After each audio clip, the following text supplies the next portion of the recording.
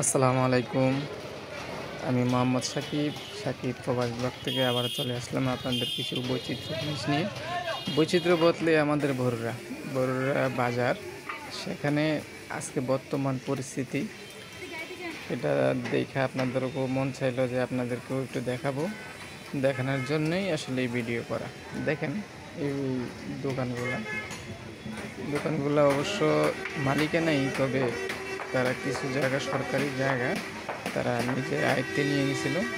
নিয়ে নেওয়ার পরে সেখানে একটু দোকান করে বিজনেস করছিল।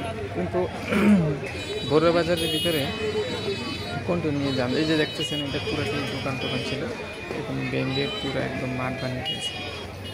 দেখেন এই বড়ুয়া বাজারের পরিস্থিতি, এটা আসলে সরকারের যে রাস্তাটা অনেক চিকন হয়ে গেছে, ছোট হয়ে থাকার কারণে যানজটের সমস্যা অনেক বেশি, মানুষের ভোগান্তি।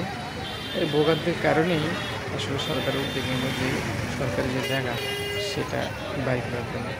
সেটা তারপরে দেখলো যে অনেক সরকারি জায়গায় দোকানদাররা সেটা তাদের আয়ত্তে নিয়ে রাখছে।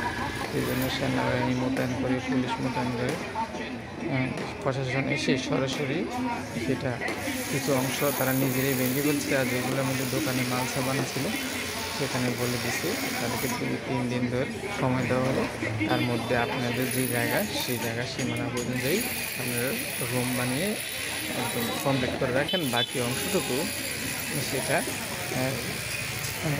রাস্তার জন্য সরকারি জায়গা ছেড়ে দেয়।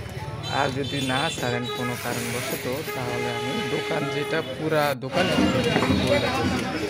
সেই বয়ে দেখেন যা দিন 24 ঘন্টা কাজ করে সেটা বাংলার এই ঠিক করার চেষ্টা করতেছে।